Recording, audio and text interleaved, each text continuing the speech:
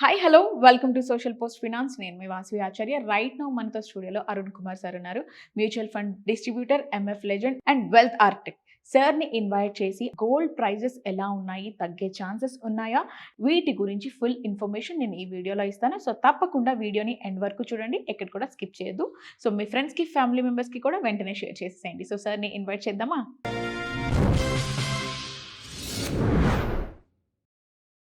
Hello sir, Arun sir. ఏంటి sir ఈ gold ఎప్పుడు పెరుగుతుందో అర్థం అవ్వట్లేదు, ఎప్పుడు తగ్గిపోతుందో అర్థం అవ్వట్లేదు. పెళ్ళిళ్ళు ఉన్నాయి, కొంతమంది ఇన్వెస్ట్ చేయాలి అనుకున్న వాళ్ళు ఉన్నారు. వాళ్ళకి ఎలా సార్ అసలుకి? అంటే ఇప్పుడు సరే తగ్గిపోయింది కదా అని చెప్పేసి వెళ్ళి కొనేయాలా, లేతే పెరిగింది ఇంకా ఫ్యూచర్లో ఇంకా పెరుగుతుందేమో అన్న భయంతో వెళ్ళి మళ్ళీ కొనేసుకోవాలా? ఎలా సార్? జై గురుదేవ్. మొట్టమొదట సోషల్ టీవీ వీక్షకులందరికీ నా హృదయపూర్వక అభినందనలు. మేడం, మనము బంగారం గురించి ఎన్నోసార్లు మాట్లాడుకున్నప్పుడు నేను ఒకటే చెప్తుంటాను. మీరు ఇంటికి వెళ్తే చిన్నప్పుడు మీ డాడీ మమ్మీ ఏమంటారు? బంగారం బాగున్నావా అంటారు. అవును.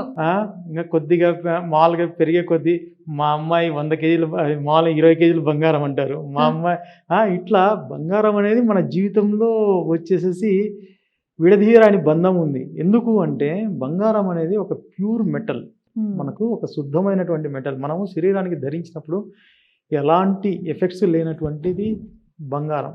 సో కాబట్టి బంగారం అనేది ఎంత స్వచ్ఛతతో మనం మామూలుగా ధరిస్తే అంత బాగా మనకు ఉంటుందనేది ఒక నమ్మకము. అలాంటి ఎన్నో ఇన్సిడెంట్స్ ఉన్నాయి, ఎన్నో జరుగుతున్నాయి. మీరు అలాగే బంగారం పరిస్థితి అంటున్నారు. మీరు చెప్పండి, మామూలుగా మీరు పురాణాల్లో కానీ ఇతిహాసాల్లో కానీ గొడవ జరిగినప్పుడు, రాజ్యాలు కొట్టుకున్నప్పుడు కానీ దేని గురించి మాట్లాడతారు? ఎంత బంగారం ట్రాన్స్ఫర్ అయ్యింది అని చెప్పి మాట్లాడుకుంటారు. అదేవిధంగా బంగారు నాణాలతోటి మనము మామూలుగా కరెన్సీని మనము విడుదల చేయడం కానీ, దాంతో వ్యాపారం చేయడం కానీ ఇలాంటివన్నీ జరుగుతూ వచ్చాయి. సో బంగారం అనేది మన యొక్క జీవన విధానంలో కానీ, మన యొక్క జీవితంలో కానీ విడదీయరాని అనుబంధం ఉంది. కాబట్టి బంగారం రేట్లు అనేది ఈరోజు తగ్గినా రేపు పెరగడానికి అవకాశం ఉంటుంది.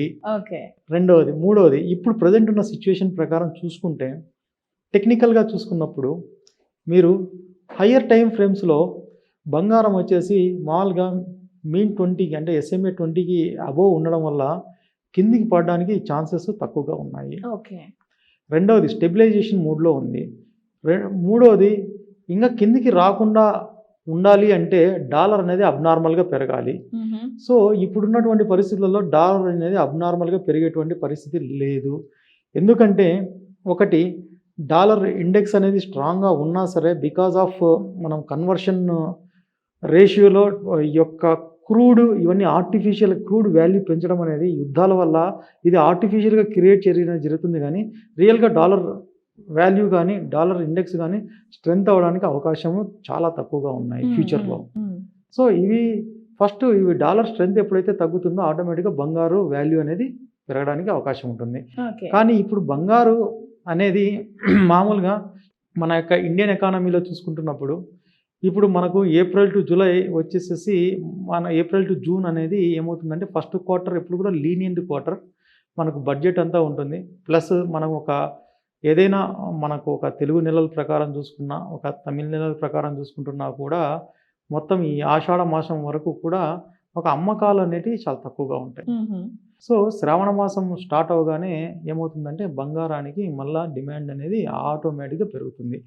సో ఈ యొక్క పరిస్థితుల ప్రభావం చేతను ప్లస్ మామూలుగా డాలర్ ఇండెక్స్ ఎక్కువగా ఉన్నా కూడా సరే మామూలుగా అబోవ్ మీన్ అనేది ఈ యొక్క బంగారం అనేది మేనేజ్ అవుతూ ఉన్నప్పుడు ఈ యొక్క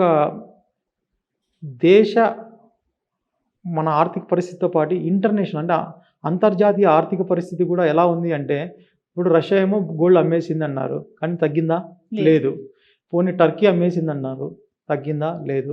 అలాగే ఈ యొక్క అంతర్జాతీయ పరిస్థితులను బట్టి కూడా మామూలుగా ఈ యొక్క బంగారం అనేది తగ్గాల్సిన ఉన్న టైంలో తగ్గకుండా ఉంది అంటే ఈ ఇన్హిడెన్ డిమాండ్ అనేది చాలా ఎక్కువగా ఉందనేదే నా ఉద్దేశము.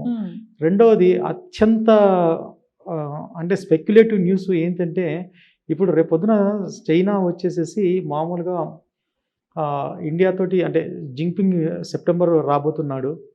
సెప్టెంబర్ 28 వచ్చేసేసి మళ్ళా మనకు ఫెడ్ రేట్స్ అన్నీ కూడా మళ్ళా రివ్యూ చేయబోతోంది. ఇంట్రెస్ట్ రేట్స్ అన్నీ కూడా.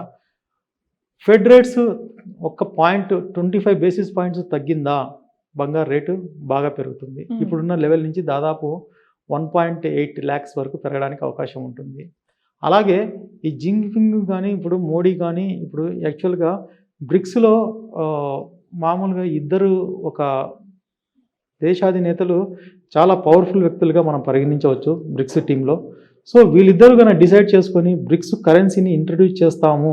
ఆ బ్రిక్స్ కరెన్సీని ఇంట్రడ్యూస్ చేసుకునేటప్పుడు బంగారం యొక్క ఏ దేశం యొక్క బంగారు ఎంత ఉందో దాని విలువ ప్రకారము మామూలుగా మన దేశంలో ఉండే కరెన్సీని మామూలుగా మన యొక్క కరెన్సీకి కన్వర్టబిలిటీ ఎప్పుడైతే ఇస్తామనుకున్నారో బంగారు ఇప్పుడున్న రేట్ నుంచి 5 లక్షలు పోయినా ఆశ్చర్యపోనక్కర్లేదు. గ్రామ్కి గ్రామ్ 50,000 వెళ్తుంది. అమ్మో, అప్పుడు మరి కొనేవాళ్ళు ఇంకా అప్పుడు కొనేవాళ్ళని కాకపోయినా నీకు కరెన్సీకి కన్వర్టబిలిటీ ఉన్నప్పుడు ఒకసారి ఒక దేశం యొక్క కన్వర్టబిలిటీకి అది ఛాన్స్ ఇచ్చినప్పుడు మనం ఇప్పుడు డాలర్ పడిపోతుంది. సో బంగారం ఆటోమేటిక్గా లేస్తుంది. సో ఆ బంగారాన్ని కూడా మామూలు కరెన్సీ తోటి రెఫరెన్స్ అనేది తీసుకుంటున్నాం కాబట్టి ఖచ్చితంగా అది హిట్ అవుతుంది. కానీ ఈ డెసిషన్ ఎప్పుడు వస్తుందో తెలియదు. Okay okay. సో ఆ డెసిషన్ రాకముందే అందరు గోల్డ్ కొనిపెట్టుకోవాలి. అంటే దీనికి ఇంకొక అంటే ఇన్సైడ్ న్యూస్ అనే విధంగా చెప్పవచ్చు. దీనికి ఏంటంటే ఈ మధ్య మీరు ఒక న్యూస్ వినే ఉంటారు, గోల్డ్ మానిటైజేషన్ స్కీమ్ అని చెప్పేసి. ఇంతకు ముందు ఉన్న దాన్ని కొద్ది మాడిఫికేషన్ చేసి చేయాలంటున్నారు. ఇప్పుడు ఇంతకు ముందు ఉన్నటువంటి వాటిల్లో ఇప్పుడు ఎంత బంగారం ఎక్కడ వచ్చింది, ఇప్పుడు నేను పోయి బ్యాంకులో పెట్టా అంటే నీకు ఎక్కడి నుంచి ఎంత వచ్చింది అనేది ఒక పెద్ద ప్రాబ్లంగా ఉండొచ్చు. అంటే అడగడానికి నేను అంత ఇంట్రెస్ట్ చూపించకపోవచ్చు. ఈసారి ఆ క్వశ్చన్ని తీసేస్తున్నారు, డిలీట్ చేస్తున్నారు.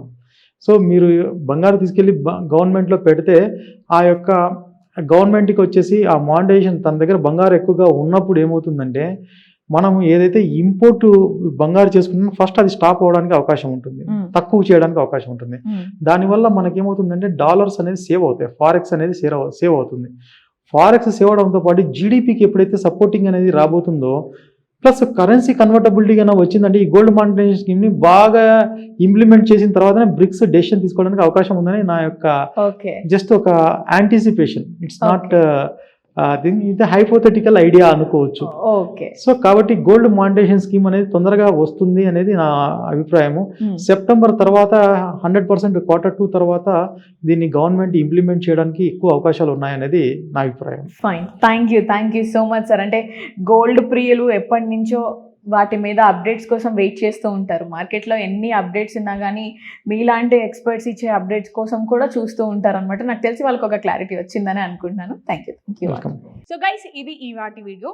సో చూస్తున్నారు కదా అరుణ్ కుమార్ సార్ ఏం చెప్తున్నారో మీకు ఫుల్గా అర్థమయ్యే ఉంటుంది. మీకు ఉన్న డౌట్స్ అన్నీ కూడా ఈ వీడియోలో క్లారిఫై అయిపోతాయి. ఇఫ్ ఇన్ కేస్ మీకు ఇంకేమన్నా డౌట్స్ ఉన్నా సరే అరుణ్ కుమార్ సార్తో మాట్లాడాలన్నా సరే నేను స్క్రీన్ మీద సార్కి సంబంధించిన డీటెయిల్స్ అన్నీ ఇస్తాను. ఒక్కసారి సార్కి కాల్ చేసి మీరు ఫుల్ డీటెయిల్స్ తీసుకోవచ్చు. సో ఇది ఇవాటి వీడియో. ఇంకో గెస్ట్తో నేను మళ్ళీ మీ ముందుంటాను. అంతవరకు ఛానల్ని ఫాలో చేయడం, సబ్స్క్రైబ్ చేయడం అస్సలు మర్చిపోద్దు. This is Vasavi Acharya signing of.